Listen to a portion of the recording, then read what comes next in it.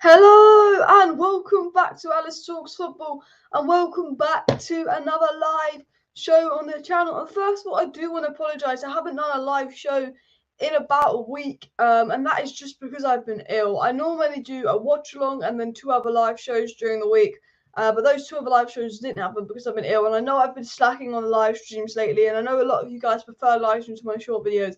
And do not worry, there will be a lot more live streams coming up. There will be a live stream tomorrow, there will be a live stream Sunday, and there will be a live stream on Tuesday, maybe even Wednesday, definitely Thursday, maybe even Friday, and then definitely the Saturday and the Sunday next week. So I do want to apologise for that, but we've got lots and lots to talk about because I've missed quite a lot in terms of uploading over the last 2 weeks because I have been ill. There is actually quite a lot to talk about. Now, when I say there's a lot to talk about, there is the potential of World War III going on. There is the potential of the Super League coming back. There is the talk of Manchester United's new sporting director Paul Mitchell, who was seen with Ralf Rangnick at the Manchester United youngster game versus AS Monaco. However, we're denying that Paul Mitchell's anything to do with Manchester United. So there's a new sporting director, there's maybe a world war on the loose, and there may be a new Super League. On top of that, we've got the Manchester United news coming out with some reports and thoughts on Marcus Rashford. We are going to be talking about Marcus Rashford in today's video because I believe the Marcus Rashford situation needs some attention. I think if he was not English, if he was Martial, Gary Neville would be talking about him. Rio Ferdinand would be talking about him. Everyone would be talking about him. I think like Maguire, he gets that English pass. And actually, Jamie Carragher has come out and spoken some wise words about Marcus Rashford. Now, I thought it was Roy Keane that said that stuff about Rashford, but I've just reread my notes and it is Jamie Carragher, so I will redo the thumbnail so it doesn't come across misleading. It is Jamie Carragher, which I will get into as well. We've also got situations with transfer news, a report that linked Manchester United to Akanji. Ronaldo's come up and said some stuff about how he feels about his Manchester United form and spoke about the direction that he feels Manchester United is going in. Fred actually came and spoke out about the Glazers, guys, which I thought was quite interesting. We will get into Fred's comments. Rangnick's made some comments in his presser. Cavani unavailable again, guys. Like, no Cavani again, guys. I mean, the Lingard, Elanga, we'll be talking about that. Like, when I say there's a lot to talk about, there is a lot to talk about. Declan Rice rumours again. I mean, I'm going to lay off the transfer news. I think right now, because we are in February still, transfer news and new manager news I will lay off unless it's a really significant source or a really significant story. But we've got loads to talk about. World War III, Super League, Manchester bloody United. I mean, just so much going on as well. And, you know, United to win the UCL. Whoa, glory, glory, man, United to win the UCL. Anyway, actually, question for you guys. Do you guys believe that Manchester United can win the Champions League? Let me know. I know we're awful versus Atletico, but we do have Ronaldo. We are Manchester United. Because Jadon Sancho actually came out today, guys. Jadon Sancho actually came out today and said Manchester United are going to win the Champions League. And maybe we do need to win the Champions League because I do not want to be playing in Europa League next season. And bloody Arsenal. I'm like, Wolves were 1-0 up. I checked my phone. It was the 80th minute. Wolves were 1-0 up. I was out last night. And I was happy. I was like, fucking come on, Wolves. Come on, Wolves. I checked my phone 10-15 minutes later. It's 2-1 bloody Arsenal in the last bloody minute. I thought, are you joking? I was fuming. And I tell you what, I was fuming because that could be top 4 for Arsenal, meaning we have to go and win the bloody Champions League. And if you think we bottle under pressure before, this is going to be pressure that we've never seen. And we might not even get past the round of 16. Like, this season could just be a bloop. Like a bloop. Like, do you know what I mean? I tell you what, if we don't get top 4, I'll be fuming because the excitement I had, I know the Atletico game was a bit disappointing, but the excitement I had going into that Atletico game, I haven't had in 3 years because we haven't been in a Champions League game for 3 years before that, and I do not want to be in the Europa League because I miss the pure excitement of going into a Champions League knockout game. I do not want to be in the Europa League. So please, United, get your act together. Start winning some games because Arsenal, they got nothing else to play for. They have no other competitions. Arsenal look ready. They look on it. I'm just freaking scared that we are going to bottle top 4. And if we bottle top 4, that's Ronaldo gone. And considering our 37-year-old, 34, 35-year-old Edison Cavani, however fucking old he is. Okay, Edison Cavani, yeah, he can't even stay fit. Edinson Cavani is injured every game. So we're making a 37-year-old play his 4th game in 12 days. Ronaldo's going to have to play his 4th game in 12 days because our 37-year-old other striker, Cavani, who isn't 37, I think he's 34, keeps getting bloody injured. Greenwood's obviously Greenwood, and Martial's fucked off on loan. And if Ronaldo fucks off in the summer because we don't get top 4, we don't just need 1 striker, we need 2 strikers. Because do you want to rely on Marcus Rashford as a striker with his current form? No. Is Marcus Rashford a striker? No. It's either hope Martial wants to be here and get his form back, hope for some miraculous reason that actually there was a big misunderstanding with Greenwood, or actually instead not rely on Greenwood, not rely on Martial, because I don't think they're going to be around next season, and actually go and get a bloody striker, because we do need a bloody striker. We do need a bloody CDM. We do need a box-to-box as well. You could even say we need fullbacks at the moment, and there's just so much that we need at Manchester United. Honestly, there's so much that we need, and that's exactly what I'm going to talk about. And Jamie Carragher sort of said, "Is Marcus Rashford what Manchester United need right now?" Rashi is fading. Fred has been talking a lot lately. Fred has sort of been a bit glazes out lately, and my respect for Fred has gone right up. I tell you what, I want to say this first, because I've been waffling for 6 minutes, and I do want to get into the news, but I want to say this first. I like Fred, and I like McTominay, but I don't like Fred and McTominay together. Do you get what I mean? I don't like McFred. I like us playing either one of Fred and McTominay, but not 2. I don't mind Pogba, Fred, Bruno. I don't mind Pogba, McTominay, Bruno. I like McTominay, I like Fred, I don't like McFred. But my respect for both of them have gone right up, because one, McTominay's just decided to absolutely shithouse Leeds, which absolutely, my respect for McTominay went right up. And Fred speaking out against the Glazers again made my respect again for Fred go right up. But do I like Fred? Yes. Do I like McTominay? Yes. We don't like McFred, so we do definitely need some kind of CDM or something as well. People say we need a new coach. Look, in terms of new manager, new coaching, I am ignoring those stories for a bit. And Steve says for him, it's between Man U and Arsenal for top 4. Guys, let me know down below who's getting 4th spot. Man U, Arsenal, West Ham or Spurs. Let everybody get involved in the chat and tell me who you think we need as well. But let me get into the news. Okay, so not many pundits have been talking about the form of Marcus Rashford. Now, the form of Marcus Rashford and the form of Harry Maguire this season has been very, very disappointing. I love Marcus Rashford. And first of all, I see Man United fans saying they hate Marcus Rashford.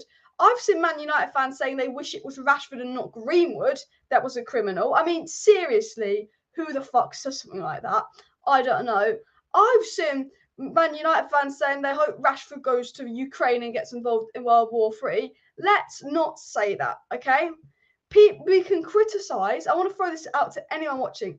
You can criticise Marcus Rashford's performance. You can say he's not been good enough, because he has not been good enough. But let's not go around saying that you hate Marcus Rashford, you say racist things, or say you want him to be arrested, because that is not right. I think he is getting a lot of abuse, and I do have a bit of sympathy with him, but he has not been good enough. Now, first of all, I do really like Marcus Rashford off the pitch and on the pitch, because before we get into it, Marcus Rashford carried us in those first 2 seasons as a Rolly. I remember Martial got injured and we were relying on Rashford heavily when Martial was injured. And Rashford actually, had that season where he got 25 goals and 12 assists, and he was 21 that season. Rashford was the same age as Jadon Sancho, Phil Foden and Emile Smith-Rowe 2 years ago. We're talking about how good Emile Smith-Rowe's been when he's on 9 goals this season. Marcus Rashford, at the same age of Emile Smith-Rowe, had a 17-goal season in the Premier League, had a 23-goal season overall. Marcus Rashford was an absolutely fantastic player 2 seasons ago. He was absolutely brilliant. But for the last year, he's faded. I mean, even a year ago, he was still pretty good. I remember he got that UCL hat-trick. He started last season really, really well. But for the last year, Marcus Rashford is absolutely faded. Now, whether that is due to injuries, whether that is due to changing manager, whether that's due to mentality, or whether that's due to the fact that he was carrying us for so long, he's worn out. Now, I thought Rashford was worn out, and that's what I thought was the reason behind his drop in form. I think there is more to Rashford's drop in form than we know. I think Rashford is working hard, but I also think Rashford has a lack of intelligence, and I think he really needs to know what Ralf Rangnick wants him to do. Because Anthony Elanga, and I saw a video clip of Anthony Elanga coming out after the UCL game and saying how he's done his homework, and he saw doing his homework that Oblak was always vulnerable when you came out on his left. And Elanga was talking about how he made runs to Oblak's left because his homework showed him that. And Anthony Elanga was showing this new kind of intelligence and initiative that we've not seen from Marcus Rashford. Now, I don't think Marcus Rashford is lazy, but I think Marcus Rashford potentially lacks a football IQ, because we know that Ralf Rangnick's been setting football homework for the squad, and Elanga's been doing that homework, and you can see it on the pitch. And Elanga spoke about the homework he did in his post-match interview and how that influenced him in scoring that goal versus Atletico. And Ralf Rangnick, when you're playing in Ralf Rangnick's system, which Ralf Rangnick's system is a lot more tactical than, Ole Gunnar Solskjaer's system. You need to do your tactical homework. You need to do your research. And maybe that's where Marcus Rashford is struggling, because I actually think Marcus Rashford's got the pace, he's got the attributes. It's the decision making. It's the decision making of Marcus Rashford I find absolutely infuriating. He took a shot from the middle of nowhere against Atleti. He could have really easily laid it off to Luke Shaw, and he just went through the middle to Paul Pogba. It's like Rashford, he's a good player, but with an IQ of a bin. It's like, give Rashford Matters IQ and we're fine. We've got a world-class winger. I mean, that's seriously what I think the problem is with Marcus Rashford. But what do you guys personally think the problem is with Marcus Rashford? Because Jamie Carragher has come out, and Jamie Carragher said some really, really interesting things. I like how Paul's changed his name to Rhythm is a Dancer, Anthony Elanga. I love that, Paul. But Jamie Carragher has come out, and Jamie Carragher said on Marcus Rashford that we've got to a stage now where he doesn't think that Rashford should be in Manchester United starting 11. His performances this season don't warrant him being in the team. Carragher also said that we're still waiting for Rashford to make that jump and become a Manchester United great, or a player that can take to big trophies, and he's not there yet. I think Jamie Carragher, in saying that, is absolutely spot on. Jamie Carragher has come out and said that we're at the stage where he thinks Rashford shouldn't be in the Manchester United team. Carragher said that Rashford's performances don't warrant him being in the Manchester United team. And he said he's still waiting for Rashford to become this United great and take the step up. And it's like Rashford was this great player 2 years ago with this great potential. And he said he just hasn't become that United great that he was meant to be. And obviously there's pressure on Rashford, and not all players are meant to be this United great. But Jamie Carragher, for me, has got that absolutely spot on. We're at the stage where, Rashford's performances don't warrant him being in the team. Unfortunately, Jamie Carragher didn't bring Maguire into this conversation, because I still think Carragher should have definitely brought Harry Maguire into the situation, because I don't think Harry Maguire's performances warrant him being in the Manchester United 11 either, and I think a lot of us can agree on that. But I just think, imagine if Marcus Rashford was not called Marcus Rashford and was a French guy that had come over from Monaco. If Martial had been playing this much and been putting in the performances of Marcus Rashford, he would be hounded by the likes of Gary Neville. He would be hounded by the English media. No, I'm not saying go on how Marcus Rashford whatsoever. I don't like it when, people target a specific player. But I think, I like how Gary Neville has spoken about Rashford's form, because I think Rashford and Maguire, because they're English, they don't get the type of criticism that Pogba and Martial get. I mean, David De Gea at the moment, and this really bothers me. I don't know how you guys feel about this, but David De Gea at the moment seems to be getting more criticism than any other Manchester United player. David De Gea, the level of criticism David De Gea is receiving compared to the rest of the Manchester United team right now is absolutely crazy. I don't know if anyone knows that. David De Gea has been brilliant this season. Whether you like De Gea or not, David De Gea has been absolutely brilliant this season. And I don't like how there's more you know what? If I open the media, if I look at the news, there is more criticism of David De Gea this season than there has been of Maguire.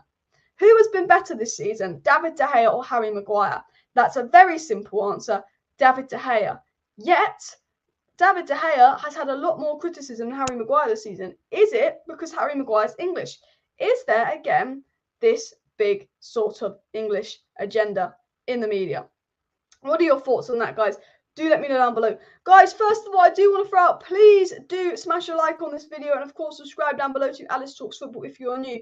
Because if you do want to stay up to date with all the latest Manchester United news, transfer news, updates and more, make sure you go and subscribe to Alice Talks Football. I will be live tomorrow for a watch along for Manchester United versus Watford tomorrow. I will be doing a watch along for Manchester United versus Watford tomorrow, followed by a match reaction. So please do make sure you subscribe to the channel if you have not gone and subscribed already as well. I've got a little bit of stories to get into as well.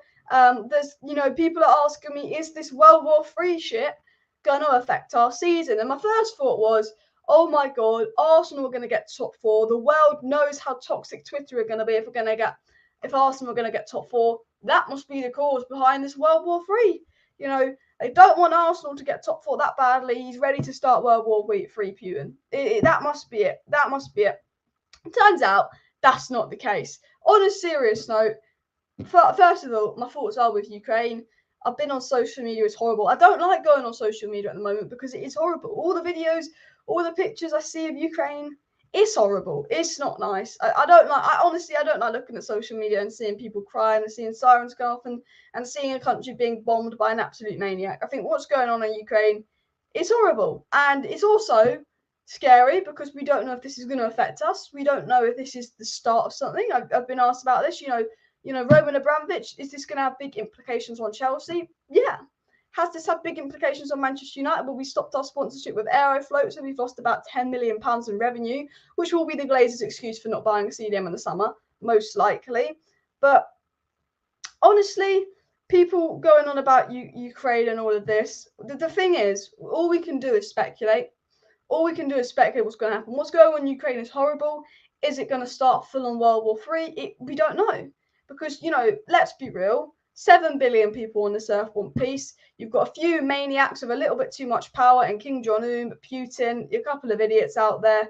They want to take over the world. They want to, you don't know what they want to do. Well, will Putin stop with Ukraine? Who knows? Will he invade a NATO country, and could we be the start of the war? Who knows? Now, I think if we go to war, football might come to a halt, okay? But we're not going to war. As it stands, we're not going to war, but there is the potential it could happen. And as much as I don't want Arsenal to get top 4, I'd still rather Arsenal get top 4 than go to bloody war with Russia. Because I don't want to fuck with Russia. I tell you that now. They are a bit scary. They are a bit scary, and I have no idea what his intentions are. So I'm not going to comment too much on the whole Russia situation because, again, I don't know what Putin's intentions are. I don't know if he's going to go for Poland next and going to create the Soviet Union. Or I don't know if he's just going to stop with Ukraine, leave us in peace, or hopefully leave Ukraine in fucking peace and piss back off to Russia. Because I'm sorry, how fucking big is Russia? I've got a globe. I'm just looking at my globe now. It's Russia. Look at the freaking, that's fucking massive. It's fucking massive, Russia. Why do they need Ukraine? Greedy bastards. Greedy. And tell you what, I thought Glazers were greedy bastards, but nah. Okay, over with the politics. But as Steve says, football stopped years ago with the World War II. Absolute cracks. And Russian teams must play at neutral venues for Euro games. Interesting. I know the Champions League final has been moved from St. Petersburg to Paris, which I think is a good thing because I also want to say Klopp said about 2 years ago, and Klopp got hounded for this. And have you noticed some Champions League finals have been held in countries where their team isn't going to be in the Champions League final? I'm sorry, but we've had Champions League finals in like Romania, Turkey, very, very Eastern Europe. And this is no criticism of Eastern Europe, Russia, Romania, Turkey, big footballing countries. But I always feel like you should put the Champions League in Spain, in Portugal, in Germany, in France, in England, in Italy. All right, that's how I feel. The Champions League final should be one of those countries anyway, because they're going to be potentially one of the home countries. That's just my opinion. I think every country should get a bit of a go, but, unpopular opinion, we'll probably get a bit of criticism for that. But the Champions League final has been moved to France. So, guys, instead of buying tickets for Russia for the final, we'll get to see Manchester United list the Champions League in Paris. So, it's going to be exciting. Go to Paris, have a lovely weekend in Paris, and we can watch Ronaldo lift that trophy. I'm joking. I don't actually think we're going to win the Champions League, but a small percentage of me believes we could win the Champions League. Now, are we going to win the Champions League? Realistically, no. But like Chelsea, we drew Atletico Madrid in the round of 16. Chelsea got Atletico Madrid in the round of 16 last year, and they won the fucking thing. We also have a German coach. Chelsea have a German coach. And we also sacked a club legend to then get that German coach. That's what Chelsea did. And what happened with Chelsea last year? They won the Champions League. So maybe it's written in the stars, bringing in Varane, bringing in Ronaldo. But realistically, have Manchester United got the mentality to win a trophy? No. If we can't win the Europa League, there's no way we can win the Champions League. That's how I feel with the mentality of this squad. Honestly, that's why I was a bit annoyed that we got knocked out of the FA Cup, because I feel like this squad has almost got to start with the FA Cup and the Carabao Cup to get a fucking mentality back, because Ronaldo is the only guy in this squad with some kind of, Champions League winning mentality. Ronaldo's the only guy in the squad with a winning mentality at Manchester United when you seriously look at it, because you know, after the Atletico Madrid game, and I looked at this, guys, we were celebrating the Atletico Madrid game as if it was a win, not knowing, it's like we'd almost forgot that we've got to play that game all over again at Old Trafford, and the game is far from won. You know, we had every right to celebrate the Atletico Madrid game because we could have lost it 3-0 and we got a 1-1 draw from it. But if we play like that at Old Trafford, we are not going through to the next round. And we've celebrated that. Most of our players celebrated that draw versus Atletico Madrid as if we'd have beaten them. And yeah, it was good to get that goal. I'm happy for Elanga. Ronaldo was not happy with that win. Ronaldo still looked pissed off because Ronaldo has the mentality where a 1-1 draw to Atletico Madrid is not good enough. We've still got another tie to play. Ronaldo couldn't celebrate that win. Ronaldo couldn't celebrate that goal like all the others, because in Ronaldo's head, we should be beating Atletico Madrid 2-3-1. So when we're at Old Trafford, the job is almost done, and all we've got to do is make sure we just put in a decent performance. Ronaldo was probably hoping we beat Atleti 3-1. That's what Ronaldo was probably thinking. All right, let's beat Atleti 2-3-1. And, you know, and Ronaldo has the mentality that we need at Manchester United, because Ronaldo and Varane were the only two players not celebrating that 1-0 Atletico Madrid draw like it was a win. And it felt like a win because we were the team that got lucky. But I like how Ronaldo and Varane thought that was not good enough. Because if all our players think a 1-0 draw versus Atletico Madrid is like a win and celebrate it like a win, then we don't have the mentality to win major trophies. And the influence of Ronaldo and Varane is going to be very important for that. They're going to say, cool, celebrate that win. Cool, it feels good. But they're also going to remind the players, have a reality check. We didn't win the game. If we played it at Old Trafford, we're going to lose. And we've got to play it all over again. You know, we've got to do this again at Old Trafford. Now, with the game being at Old Trafford, it gives us a massive advantage, because I don't know about this, but you know, with the Atletico Madrid games, guys, did you feel the ref was being very, very easily influenced by the crowd? Because I do think in that Atletico Madrid game, the ref was very, very easily getting influenced by the crowd. You could see the crowd were getting in the ref's head, and it was winding me up. The ref's decisions were influenced by the crowd in that Atletico Madrid game. He definitely was. And I'm glad that the second leg is at home, because one, we've got the Manchester United crowd. Two, Atletico Madrid seem to be worse away from home. And three, hopefully, you know, the ref's decisions won't be influenced by the Atletico Madrid crowd. Because I thought the ref was absolutely terrible. I thought the ref versus Atletico Madrid was absolutely terrible. I thought he was. But we need to make sure when we play Atletico Madrid, we don't show them the respect we showed them. Diego Simeone knew us. Diego Simeone figured us out. Diego Simeone realised under Ralf Rangnick, while we've been good, we've only been good in patches. Diego Simeone knows in the first 10 minutes of the first half and the first 10 minutes of the second half, we're at our most vulnerable. When do we concede goals? Right at the beginning. It's almost like we have to go into a game with Ralf Rangnick. We have to go into that game to get that momentum, to get that confidence. And Diego Simeone knew that. And that's why from minute 1 to minute 6, Atleti attacked. Because Atleti's game plan was attack, get an early goal, park the bus. If you look at that starting 11 from Atletico Madrid, that was a park the bus team, and it was let's attack, get that early goal when Man United are vulnerable, because they'll be more nervous than us because they lack Champions League experience. Once we get that goal, we park the bus. And that was Atleti's game plan, attack, early goal, park the bus, then try and hit us on the break and finish the game off. Now they had chances to finish the game off and make it 2-3-0. Lucky for us, the post existed, because the post was our man of the match. You know, and then did you see they shut off, and then the first 5-10 minutes of the second half, they ran at us. And then they ran out of steam, and then we grew into the game.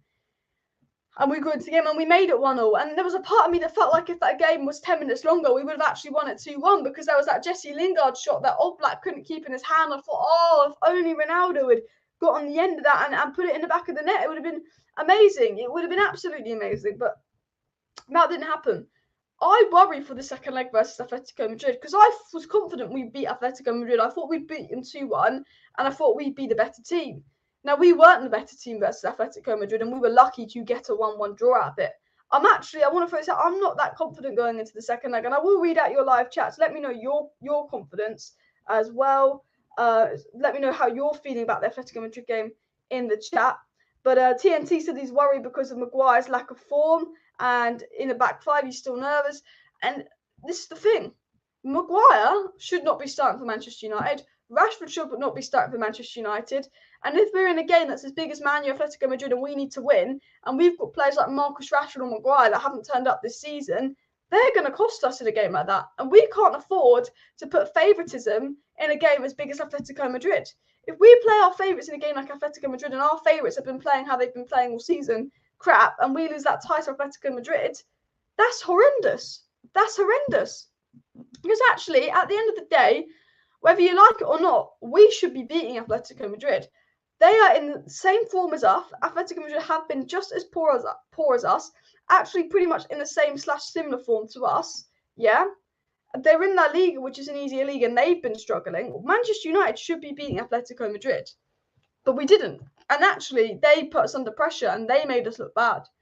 And we can't let them do that at Old Trafford. And if we play how we did in Madrid at Old Trafford, we will not be through. We will not go through. Atletico have Koke and Carrasco coming back. This is the thing as well. Atleti didn't even field their strongest squad for the first leg. Atleti fielded a weak squad. While it was a defensive squad, it was a weak squad. That wasn't even Atletico Madrid's strongest squad for the first leg. And they controlled the game. And what really infuriated me about the first leg versus Atletico Madrid, guys, was I felt like we showed them too much respect. Atleti have been beaten by teams a lot worse than us recently. And it's like, we've been playing really well under RANGNICK, how we played versus Leeds, and even in the Middlesbrough and the Southampton and the Burnley game and the Villa game, where we all dropped points, we played well in that game. And I felt like going into the Atletico Madrid game, maybe it's because it's away from home, and maybe in the home game we're going to play how we've been playing, but we played completely different. We changed our style for Atletico Madrid. We changed the way we've been playing for Atletico Madrid. That's how I feel when we went to Madrid. We, instead of playing this expansive thing, we parked the bus, we put Lindelof at right back because we couldn't drop Maguire, and we showed Atletico Madrid too much respect. And the way we've been playing under RANGNICK, despite dropping points, has been good recently. And I really hope that in the home leg, we do what we've been doing under RANGNICK versus Leeds. And I know it's caused us to leak goals and stuff, but the away goal thing isn't an issue. And that system seems to be working if we can play Atletico Madrid toe-to-toe. Because if we were defensive and show Atletico Madrid too much respect again, they will probably punish us. Andrew says that United got outworked massively, and you're 100% correct with that, Andrew. Adam says Varane and Ronaldo are carrying us. I wouldn't think Varane and Ronaldo are carrying us this season, but in the Champions League, they're going to be very, very impactful with their mentality and their knowledge. And Adam also says that Maguire needs to be dropped. And I 100% agree with you there, Adam. Harry Maguire needs to be dropped. Smash a like on this video of Harry Maguire if you agree that Harry Maguire needs to be dropped. Let's see if we can get 200 likes on this video. So if you've not smashed a like, please do. And also, guys, if you're watching right now and you're not subscribed to Alice Talks Football, again, please do subscribe to Alice Talks Football and smash a like. But yes, you're 100% correct. Harry Maguire needs to be dropped. And we won't drop Harry Maguire because of politics. The club, and I will say that, I've said it before and I've said it again, Harry Maguire will never be dropped for Manchester United unless he's suspended or injured. Harry Maguire could score 6 own goals, get a red card, punch RANGNICK in the face, and he still would not be dropped. Because Manchester United spent £80 million on Harry Maguire, and they don't want it to be seen as another flop. Manchester United, despite having loads of flops, the board, they care about their ego. They don't want Maguire to be seen as a bad signing because Woodward and the board have made so many bad signings that they're desperate to make this Harry Maguire £80 million signing work. That they told Ollie to give Harry Maguire captaincy, even though he'd only been at the club 4 months. Maguire had been at the club 4 months and he got Manchester United captaincy. That never happens in football. And you're telling me you don't think the Glazers influenced that? I know Ollie's made some idiotic stuff, and I know Ollie's not the smartest guy in the world. But are you telling me you think Ollie would have given Maguire captaincy after being at the club 4 bloody months? No, he was told to by the Glazers. The Glazers are desperate to make Harry Maguire for 80 million work, and he's never going to be worth 80 million. He's never good enough to be 80 million. He's a 30 million centre-back, and that is facts. He's not an awful centre-back. He's a Premier League level centre-back, but he's a Premier League level centre-back that's out of form and needs to be dropped. And he's not worth 80 million. But our board have this thing where they tell every single manager Harry Maguire has to start every game and he has to be captain. The board do that because they believe if we start Harry Maguire every game for 5 years and make him our captain, it will make the £80 million look worth it. When in reality, no fan is stupid enough to believe that Maguire wasn't a flop. Yes, Maguire's played every game, and yes, Maguire's actually been a good centre-back for a lot of the games and has been very important to this team from time to time. But Harry Maguire is a flop at Manchester United. And the board are too arrogant to admit that Harry Maguire's a flop, that they will literally tell Ralf Rangnick Harry Maguire has to start every single game. and Harry Maguire has to be captain. So then in 10 years' time, when we look back at Harry Maguire, we'll say, well, he was played nearly every game for 6 years. He was our captain. He can't possibly be a flop. Yes, he was, because he was crap, and he was only playing because the people above influenced the manager and told him to play Harry Maguire. In fact, Harry Maguire is a flop. And look, I like Maguire, and I wouldn't say he's a total flop. We've seen Chelsea spend that kind of money on Kepa, and Kepa barely plays now. But realistically, if he's a £30 million centre-back, he's fine. But he's not. He's an £80 million centre-back. Victor Lindelof is clear of Harry Maguire. Rafael Varane is obviously clear of Harry Maguire.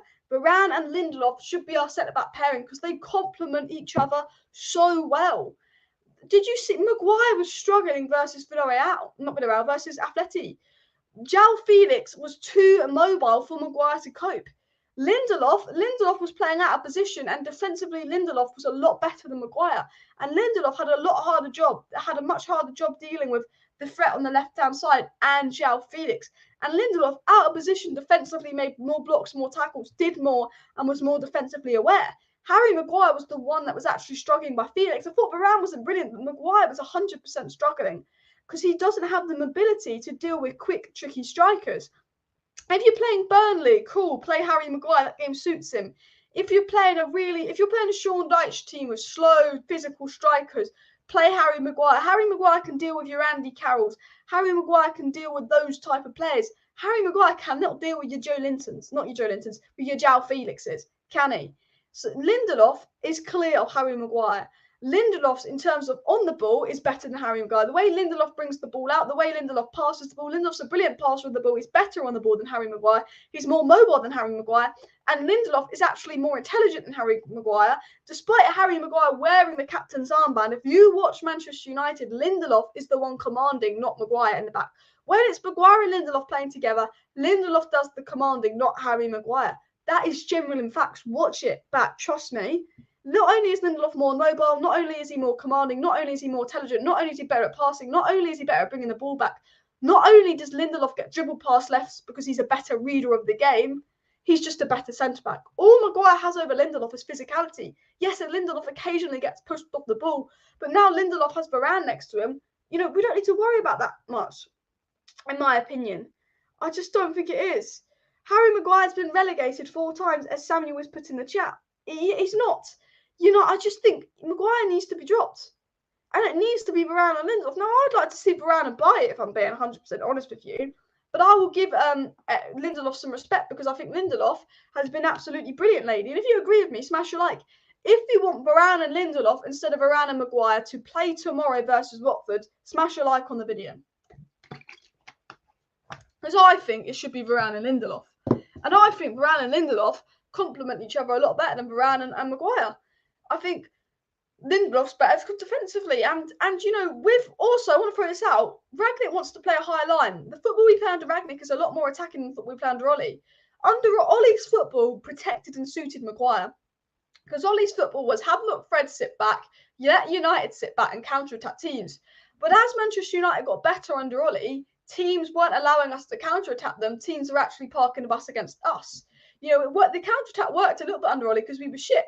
And it worked for Maguire because we could play a low line. He was protected by Fred and we could counter-attack teams.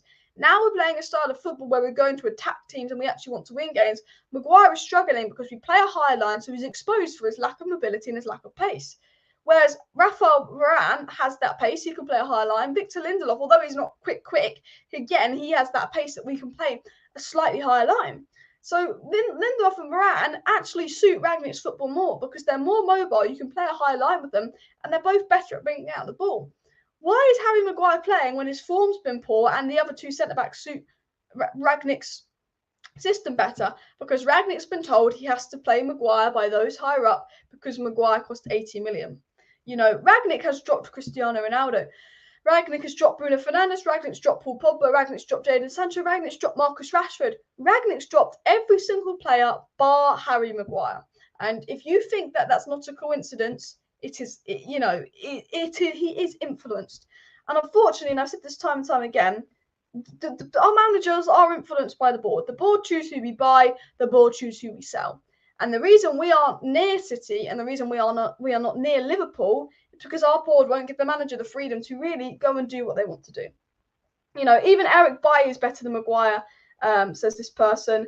And Andrew said before Lindelof had issues with, you know, houseburgery, and it seems Maguire was benched for a bit, but now Harry's undroppable again. Exactly. You know, Harry Maguire was benched for a little bit. There was a time where Harry, and I know Harry Maguire wasn't 100% fit, but there was a time where Lindelof and Varane did play, and it felt like Maguire was finally getting benched, and then Lindelof obviously got injured and stuff.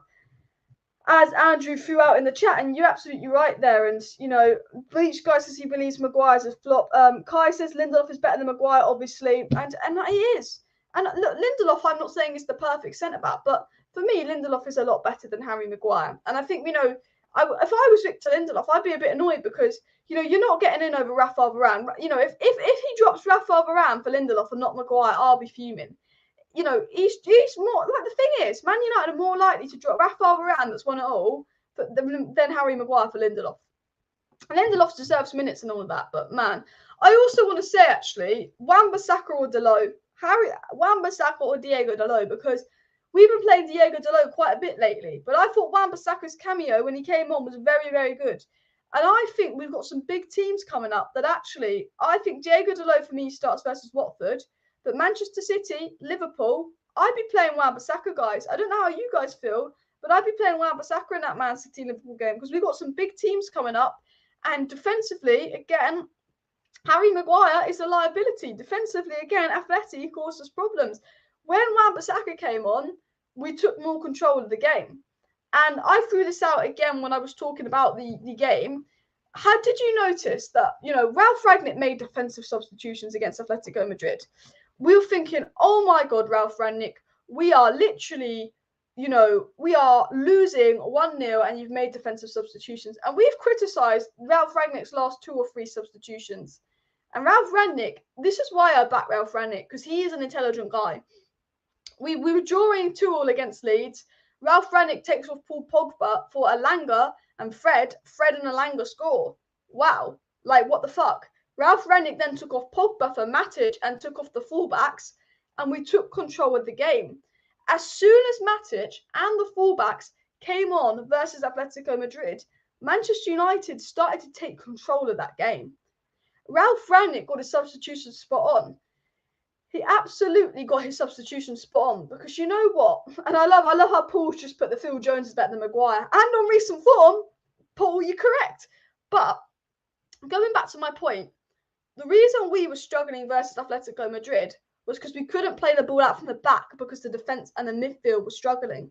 The reason Atletico Madrid absolutely dominated us for 45 minutes was because we couldn't even get the ball out our half.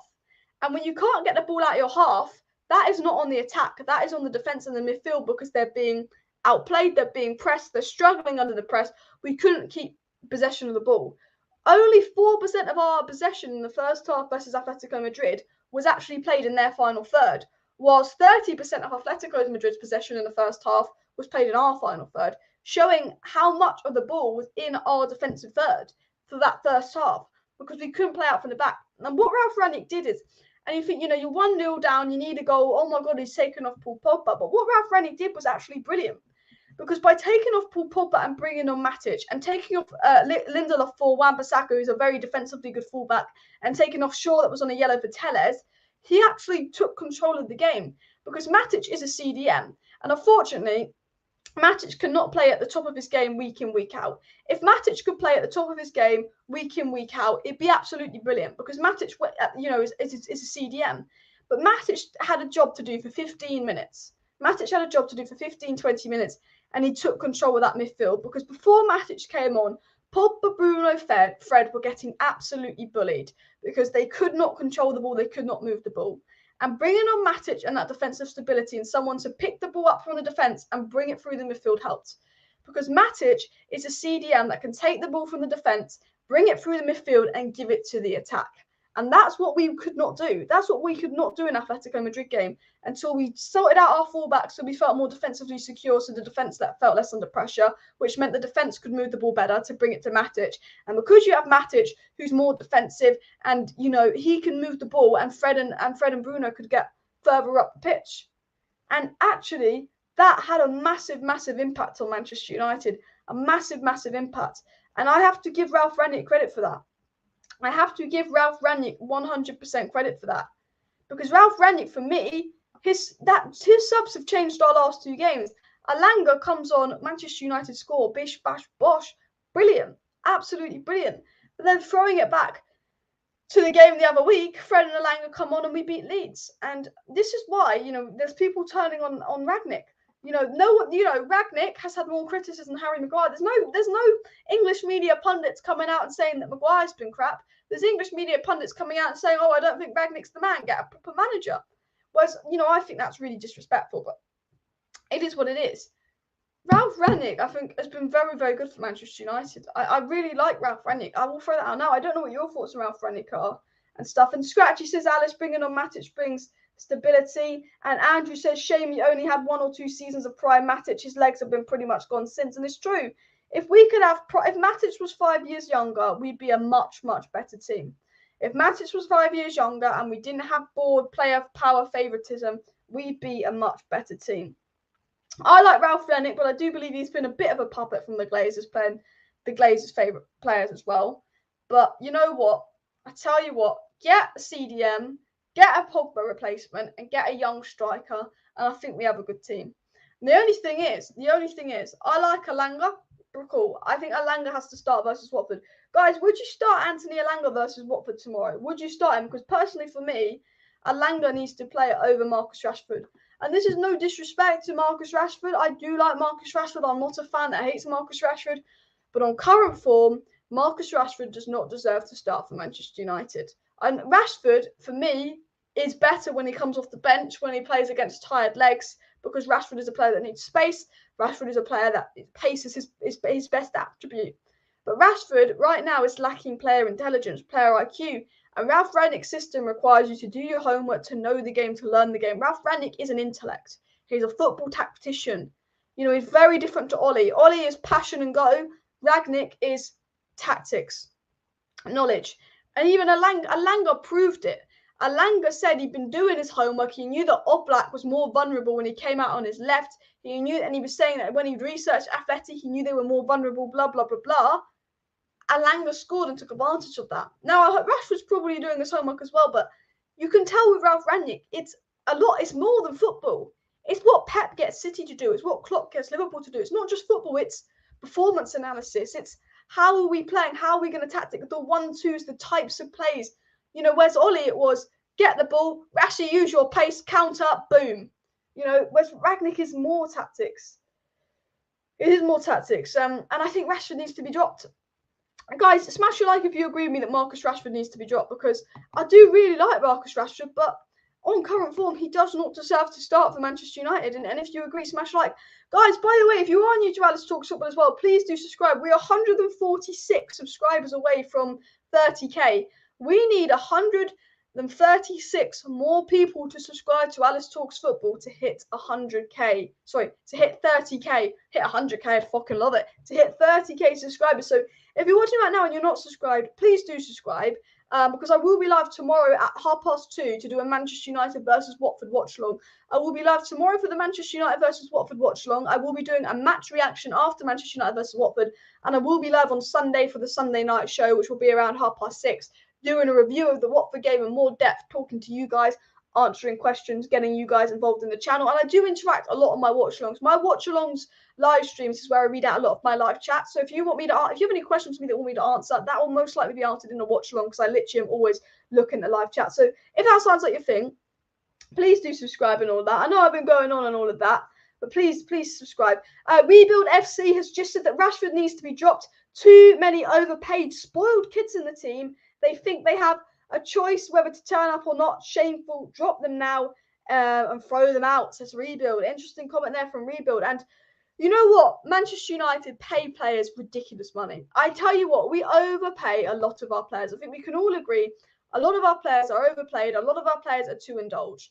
The fact that leak reports came out 3 weeks into Rangnick's spell, the fact that Rangnick had been at Manchester United 3 weeks, and leaked reports have come out that players wanted them out. The fact that players were getting annoyed that Cristiano Ronaldo criticised them, the fact that there's been so much favouritism at Manchester United, and the fact that Manchester United pay their players ridiculous sums of money, basically sums up that yes, there are issues at Manchester United that, you know, there are too many players that are maybe supporting the title, and maybe dropping a player is what they need to get to pick up the bum. Now, I'm not saying that Marcus Rashford is spoiled and entitled, and I never felt that Marcus Rashford is a spoiled and entitled player. You can sort of tell that he isn't in his personnel, if you want my honest opinion.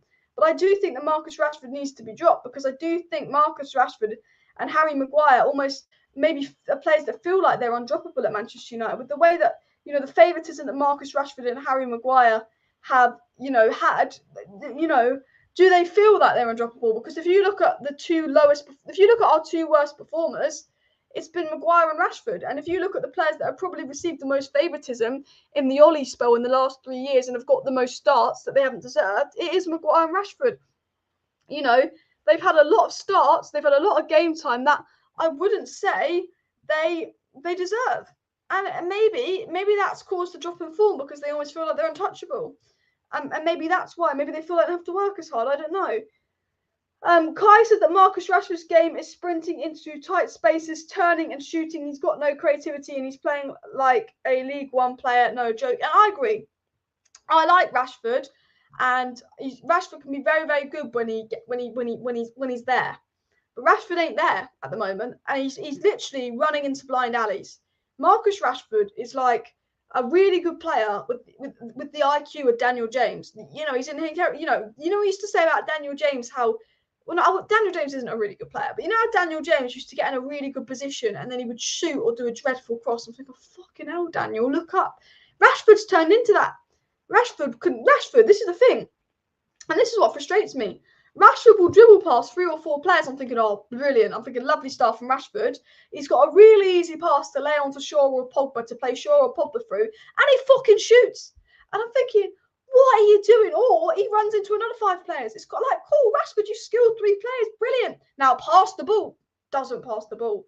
And that is what frustrates me about Rashford. Kai says that Rashford's got too comfortable. Bleach Guy says that Rashford is one-dimensional. If the cutting doesn't work, it doesn't work for him. Rashford has been very much cutting and it works or it doesn't work. You know, maybe Rashford's become too predictable, because he, you know, Rashford plays his best on the left wing, but he was on the left wing, he was cutting in, and that was when he was brilliant. And I guess now you have Ronaldo. You know, it's not about having wingers that score goals. It's about providing service. No, and I'm not saying that Ronaldo is the cause in Marcus Rashford's drop in form, not at all. But with Martial, a striker that could link up play, and you know, the Man United front three was very widespread. It was the wingers would cut in and score. You know, our best front three in the last 5 years has been Greenwood, Martial, Rashford. Greenwood, Martial, Rashford 2 seasons ago was fucking incredible, wasn't it? And maybe that's because the way Martial plays, Rashford could cut in, Greenwood could cut in. Maybe with Ronaldo, we don't allow that, but. You know, Rashford needs to do something. There's something not right with Rashford. He needs to be dropped. But I still believe there's a player in there, because he is only 23. Paul's just put in the chat that he's predicting Manchester United to win 4-0 tomorrow. And you know what, guys? Let's get over to the Watford game. This is actually meant to be a Watford match preview.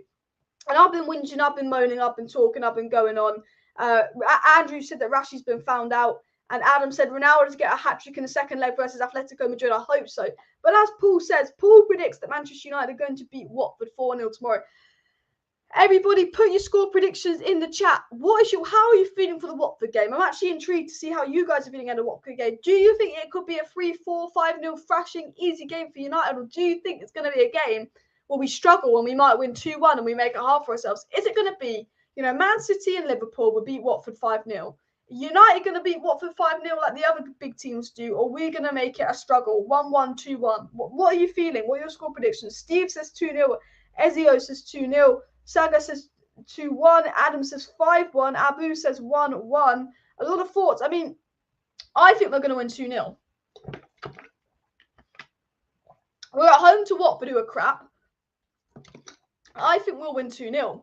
The problem is we've played a lot of relegation teams under Ralf Rangnick, and I don't think we've been that good. You know, Middlesbrough, we absolutely dominated them, but we just weren't that good. Let's be real.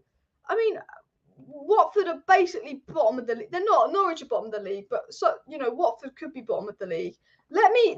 What I'm going to do, guys, is let me share my screen because I am actually going to get into the I've got the lineups for tomorrow's game as well that I'm going to get into. And Scott McTominay is a doubt, and Cavani won't play tomorrow. But can you see that? Is that on your screen? Is that on your screen? That is on your screen. This is the Premier League table.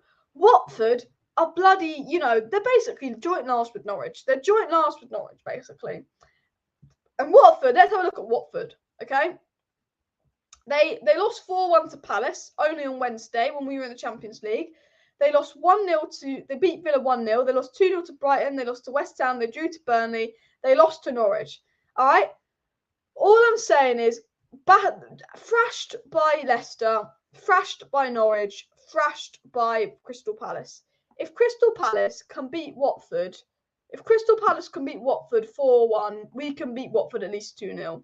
If we are scoring an 86-minute winner to win at 2-1 versus Watford and we get outplayed versus Watford, I will not be happy in the slightest. I will not be happy in the slightest. I tell you that now. Because Watford are crap. And I'm hoping this is a game where actually Manchester United go win 3-4-0 and I can relax. Because even the Leeds game, 2-0 at half time, 5 minutes, 2-2. 24 seconds to be absolutely exact from 2-0 to 2-2. This fucking team, you know. Can Man United give me a game where I can just relax?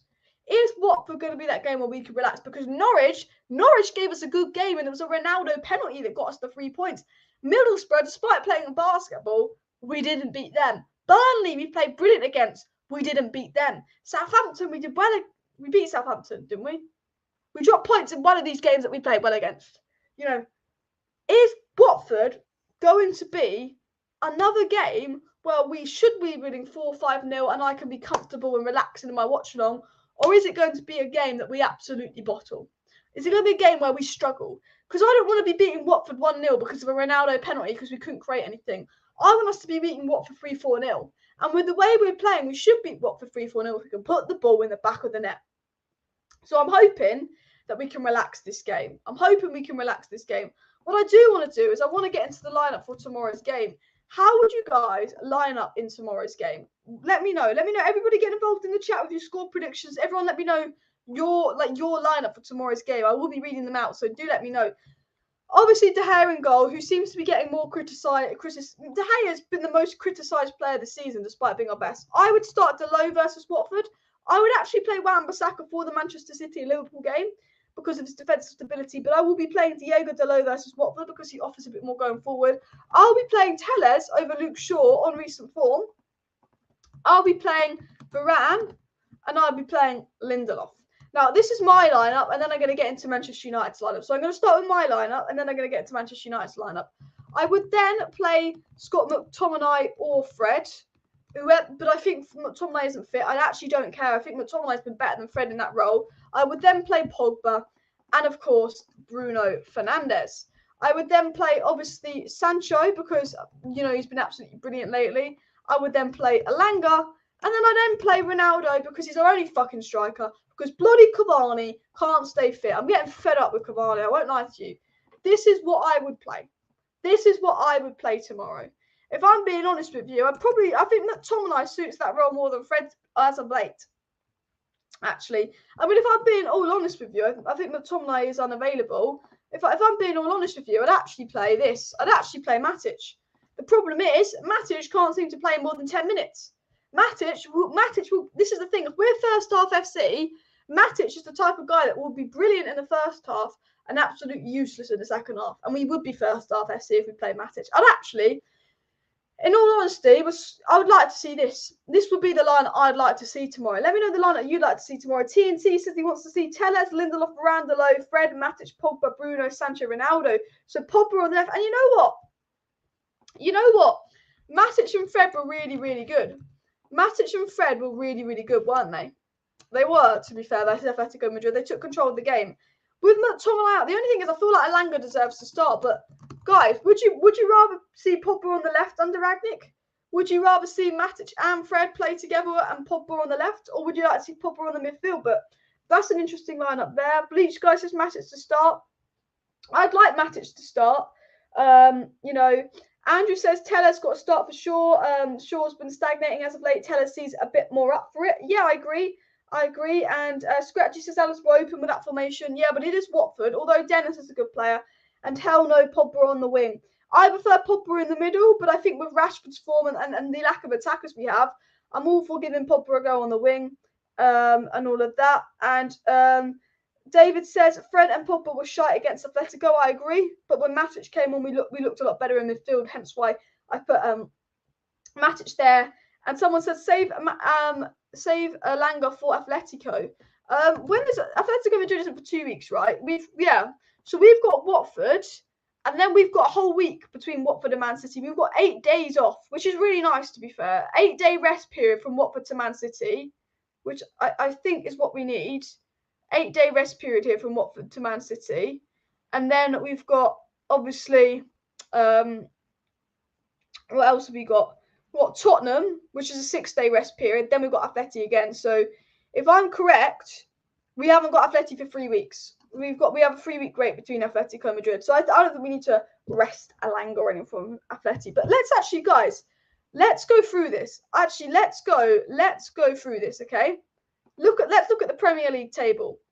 If Arsenal win their games in hand, they go on 50 points after 26 games. No, sorry, 51 points.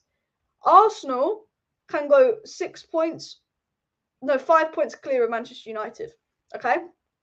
Arsenal can go 5 points clear of us. Let's look at our matches, okay? Watford, 3 points. Man City, no points. Let's be real. Spurs, I think we can get 3 points, okay? So that's 6 points. Liverpool, I think we will lose. Leicester, I think we'll get 3 points. That's 9 points. Everton, I think that's 12 points. Norwich, 15 points. I back us to beat Arsenal, 18 points. Brentford, I think 21 points. Brighton, I think that's 24 points. Chelsea, I think that's a draw. That's 25 points. And Crystal Palace, last day of the season, I think that's a win. That's 28 points. So with my prediction, if we add 28 to 46, that's 54, 64. That's 74 points. We can end the season with 74 points, okay? Is that correct? Yeah, that's correct. We can end the season with 74 points. Let's look at Arsenal. Let's look at Arsenal right now. They'll beat Watford, that's 3 points. They'll beat Leicester, that's 3 points. They'll get no points versus Liverpool.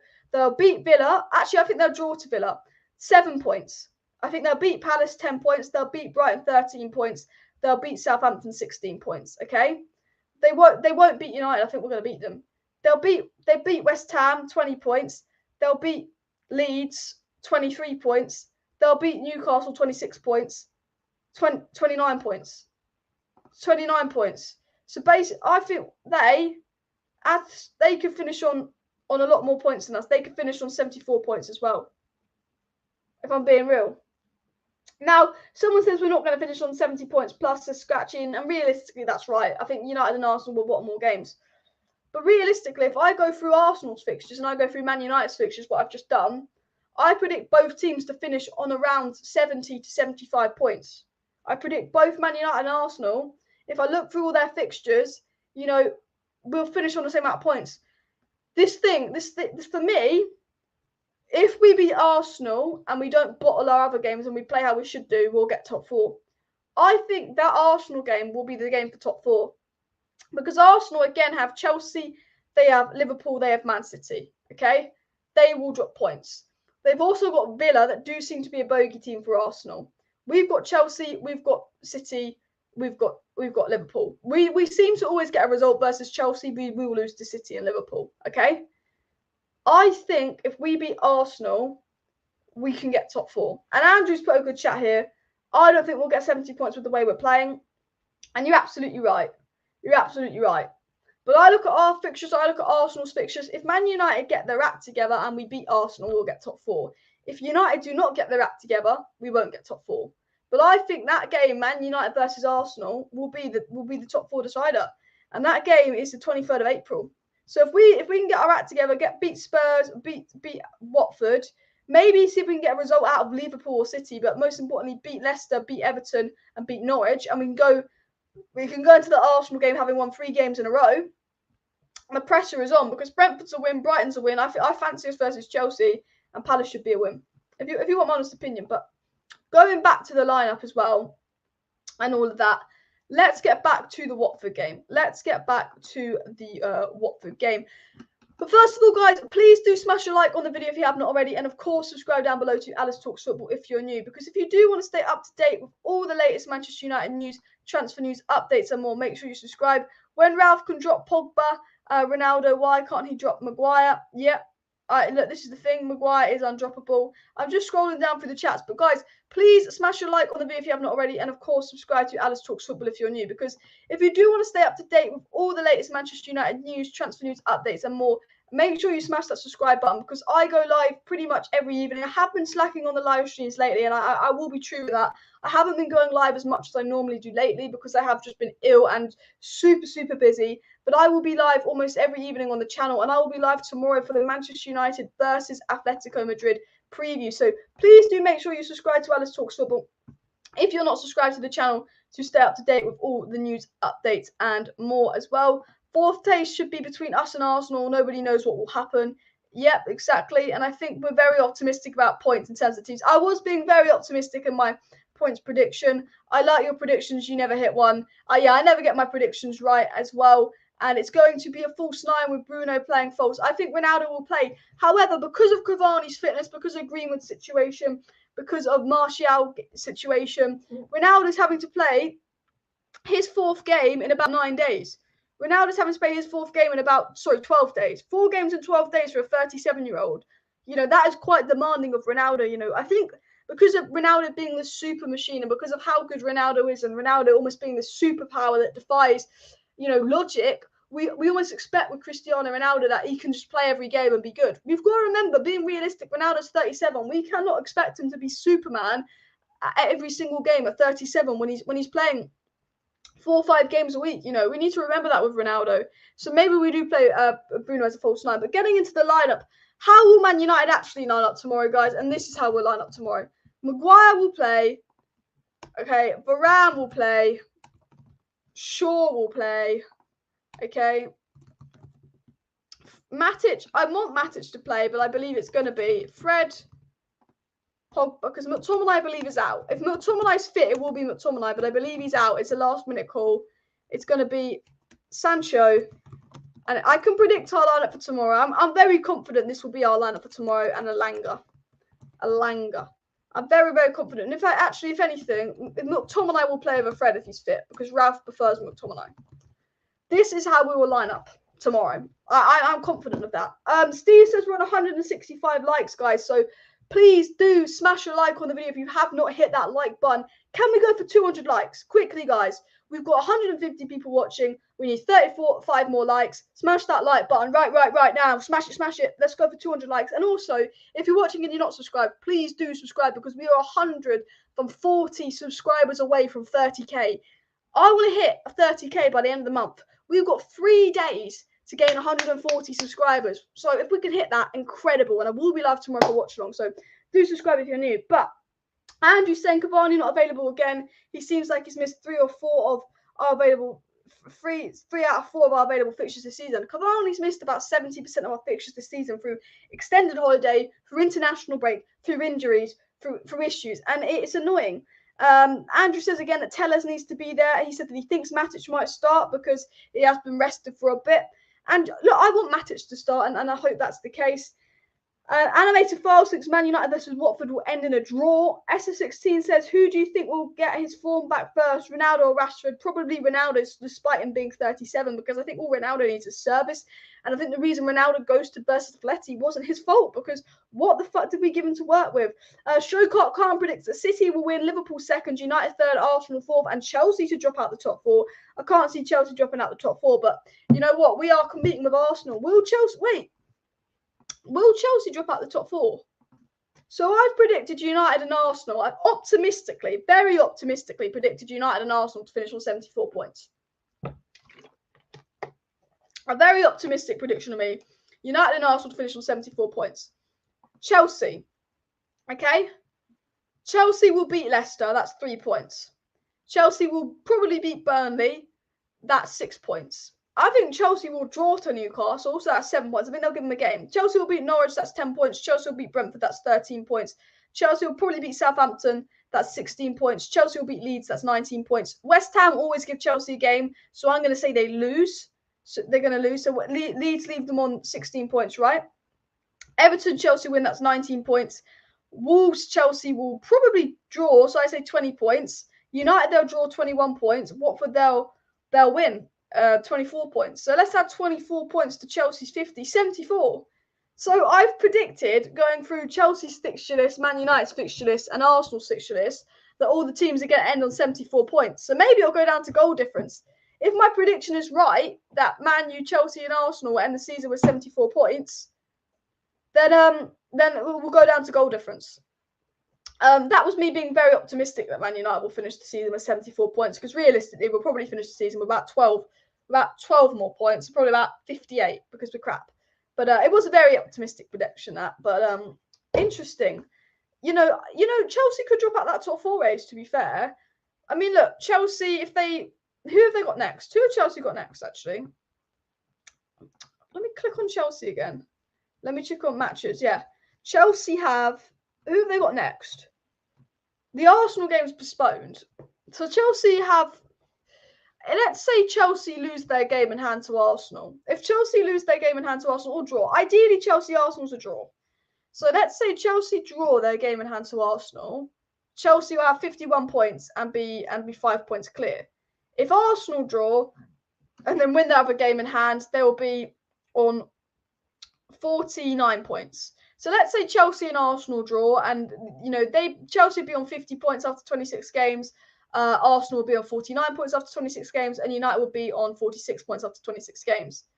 I guess that is 5 points between 3 teams, and it could be a 3-way race to top 4 between United, Arsenal, Chelsea. Chelsea, I think, have the easiest fixtures, but I think Chelsea have dropped off a bit, to be fair. I think they have as well. SF16 says Ronaldo even came in and said he would win trophies if he gets service. Yeah, I want to actually, Cristiano Ronaldo said some things, guys. Let me go over to my other tab here. Let me go over to full screen. Let me get my screen off, because I've just been doing a bit of a top 4 prediction and ramble. But if I go over to Twitter, Cristiano Ronaldo spoke out about his form, and Cristiano Ronaldo apparently attended a meeting with Ralf Rangnick and other senior players and spoke of the idea of him having a strike partner. And there's reports coming out from The Athletic, which is a very reliable source, saying that Ronaldo wants a strike partner up top at Rangnick's changed formation. We don't know if that's true or not. There was a report from the Mirror saying United are going for Rudiger. There's other reports saying that United are going for Akanji. I will save transfer news for another day, guys. I just think transfer news is irrelevant right now. But Cristiano Ronaldo spoke out, and I was meant to talk about this at the beginning of the video, and I forgot to. Cristiano was interviewed by DAZN, and Cristiano said that he was spoke out about Manchester United and his form and everything. And Cristiano Ronaldo said, it's hard to say I don't want more, because if I'm at a club that gives me the opportunity to win more things, why not?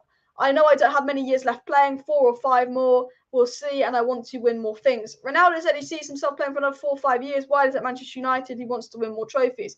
Ronaldo says you have to be intelligent and know that you're not 18, 20 or 25. You're not the same as 35. Maybe you lose some things and win others.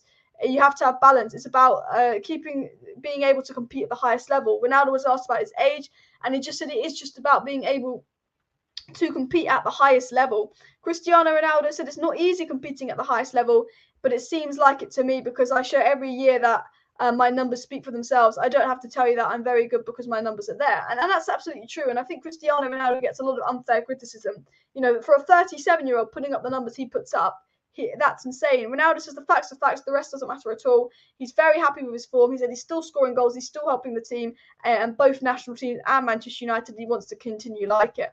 And they sort of interviewed Ronaldo, suggesting his form was poor. And Ronaldo said that he's 37. He was reminding him of his age, and he said that he's still quite happy with his form. And I think that's quite appropriate from Ronaldo, because for a 37-year-old striker, I think we expect too much from Ronaldo because it is Ronaldo. And I absolutely love Cristiano Ronaldo, but I do think we almost, because he is Ronaldo, we do have almost more and much higher expectations from him. We expect Ronaldo to do like crazy things because, he is Cristiano Ronaldo. And I think, we do need to almost lower our expectations for him. I mean, he has got 2 goals in 2 months. You're absolutely correct there. But if I go back to sharing my screen with you, okay, yes, Ronaldo has 2 goals in 2 months, but let's go back to my screen. Where is it? If we go to Cristiano Ronaldo stats, okay, you know, this guy is 37. And let's go look at his stats, okay? This guy is 37, guys. 15 goals and 18 goal contributions at 37 this season. And we haven't been playing well. 15 goals this season he's got. 15 goals, okay? For a United side that's been shit, playing ollie ball and nothing. He is 37. You know, 37 is like, for me, when a player's 37, I imagine it's if they're 17 in a weird way, because if a 17-year-old had given us 15 goals this season and 3 assists, we'd be getting absolutely hyped. And I think the prime years are like 22 to 32. And then you -5 from 22, that's the 5 years going up to your prime, you know, and you -5 from 32, that's the 5 years coming out of your prime. So I see 37 in a weird way as like I see 17. And I think if a player was 17 and putting up these numbers, that's credible. And I think because 37 is really far off 17, it's like you're on a decline. And to be put, for me, look, 15 goals and 3 assists. Like if you're 37, that is good numbers. There are players that are washed by 30. You know, absolutely washed. And if we actually look in more detail, okay, he was subbed on for 4 of those games. So Ronaldo started 25 games. In 25 starts, he's got 18 goal contributions. Okay, he's got 18 goal contributions in 25 starts for a Manchester United side that haven't been very good this season. So I will show Ronaldo a little bit of respect in that sense. And look, the last season he was 36. Yes, he was playing in the Serie A, a very, very easy league. But at 36, he got 36 goals and 4 assists. That's still 40 goal contributions. You know, if you look at someone like Lionel Messi, who's 3 years younger than Ronaldo at 34, and he's playing in the Uber Eats League, you know, look at Messi's numbers. If I can find his statistics. Messi, where's your stats? Current season. If you look at Messi's statistics, okay, 7 goals, 9 assists. Okay, it's not as good as Ronaldo's. 2 goals in the league. 2 goals. You know, in the Farmers League, and he's 3 years younger. You know, there's a lot of players that, you know, not many people can put up the numbers that Ronaldo put up. I think he gets a lot of disrespect, if I was going to be honest with you. I think he gets way too much disrespect. 37-year-olds will probably finish with 20 goals. If Ronaldo finishes the season with 20 plus goals at 37 in the hardest league in the world for a side that gives him no service, that is an achievement. Like whether you like Ronaldo or not, if he finishes the season with 37 goals, if he finishes the season with over 20 goals at age 37, that's an achievement. People keep asking me about Greenwood. You know, Greenwood's being investigated. That's the situation. He's going to be quiet until he's found guilty or not guilty. Our mids don't make late runs into the box. Shaq couldn't get on the end of some of these crosses, and our wingers don't get in the box either. True. And no service at Man U, unfortunately, and everyone wants to score. You know, and I agree. The thing is as well, you know, Greenwood and Rashford don't give Ronaldo fuck all service. Greenwood and Rashford gave Ronaldo fuck all service because they cut in and score. Ronaldo gets no service. He's playing in the hardest league in the world at 37 years of age for a very unsustainable system that doesn't have a CDM. So we struggle to progress the ball forward from defence to attack because we don't have a CDM. Matic was proof of that versus Atletico.